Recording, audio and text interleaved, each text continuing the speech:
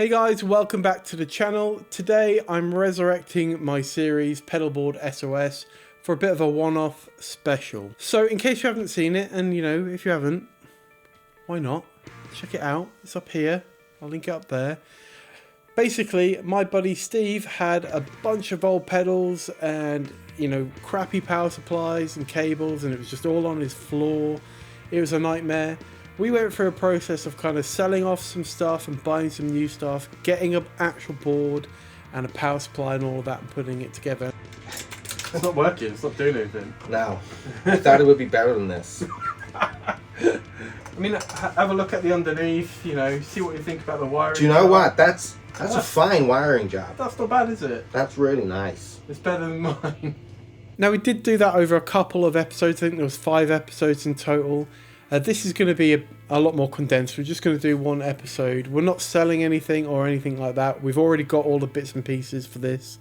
Basically, my buddy Gareth, he's not really been into pedals before, and he's now got a reasonable collection of them, and he wants to put together a board. So I've offered to help him out, and I'm making a video on it. So let's have a look at the pedals that he's got that we're going to put on his board. We've got some of your kind of usual pedals that you would expect to see. We've got a Vox Wah, for example, and we've got a Boss TU3, and there's, you know, we've got a Rat, we've got a Boss DD8, we've got a Wampler Moxie, which is like a, I think it's a TS10 style tube screamer.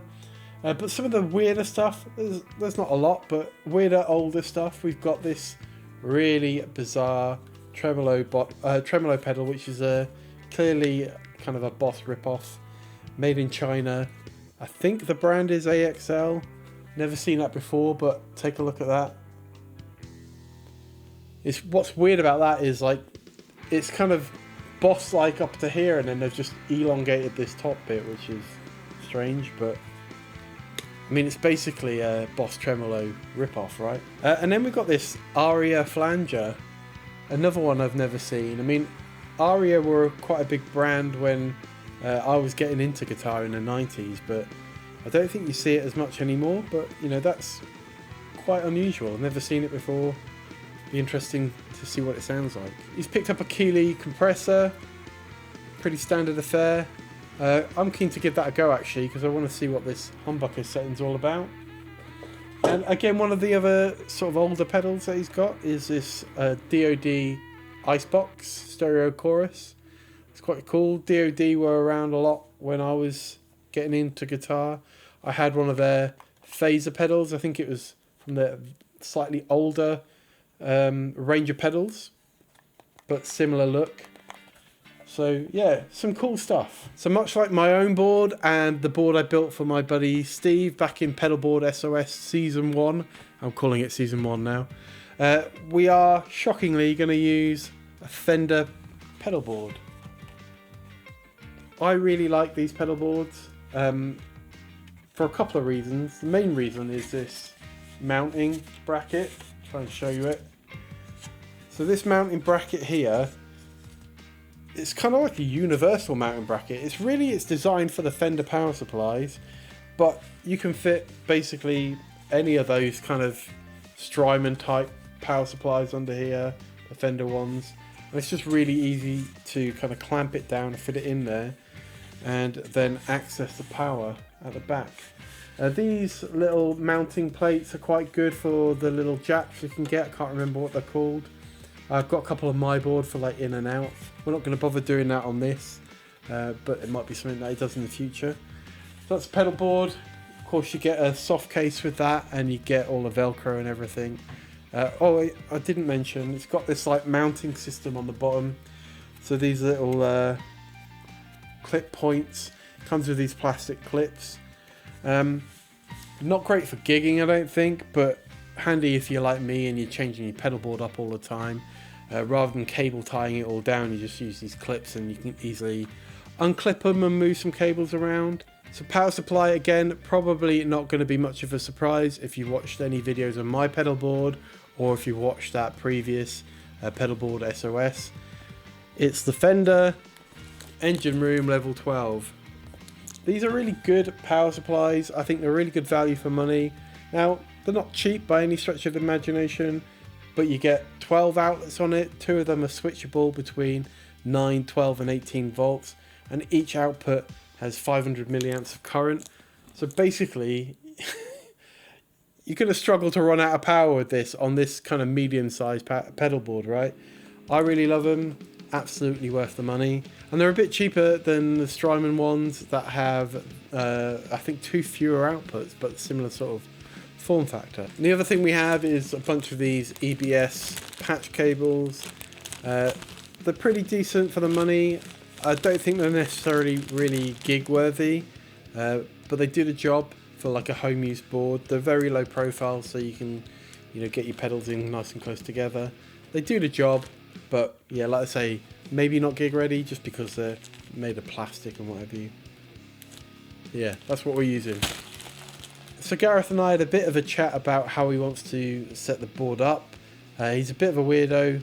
I think he said he's left-handed but plays right-handed and left-footed, and wants his board to run that way round like he was left-footed. So basically what we're going to do is the opposite to what I would do.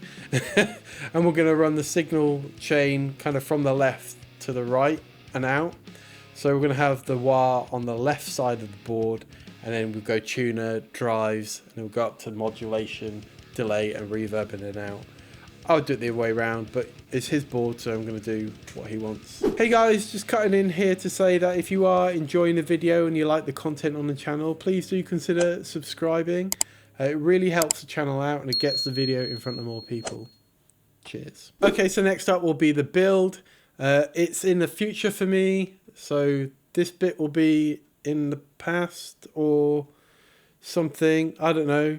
Diddly-doo, diddly-doo, diddly-doo, diddly-doo. So Wayne's World reference. Wayne's World. I'm old, all right?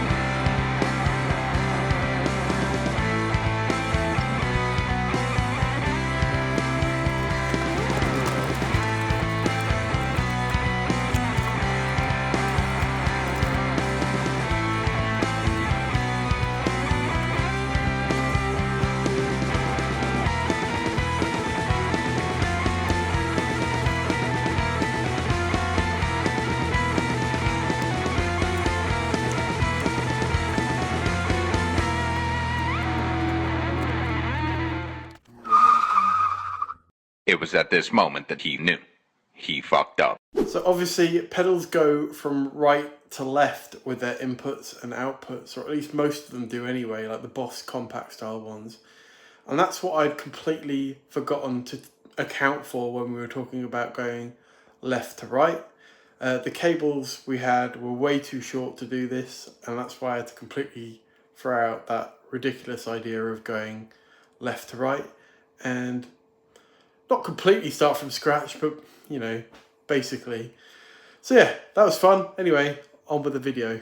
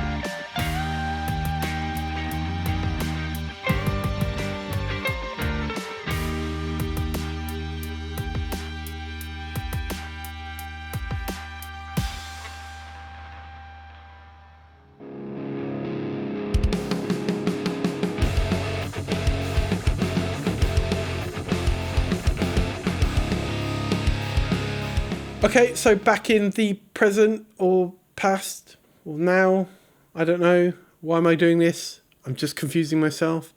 Anyway, the board is now finished.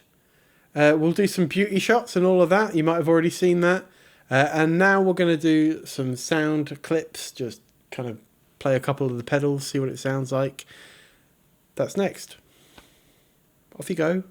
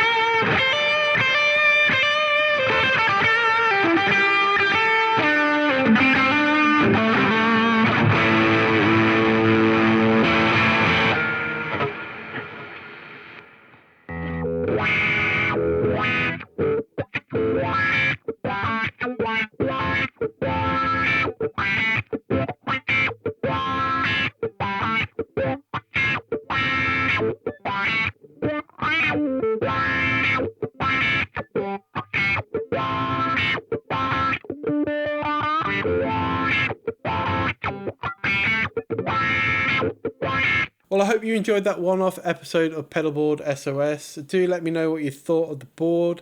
Did you like the sounds?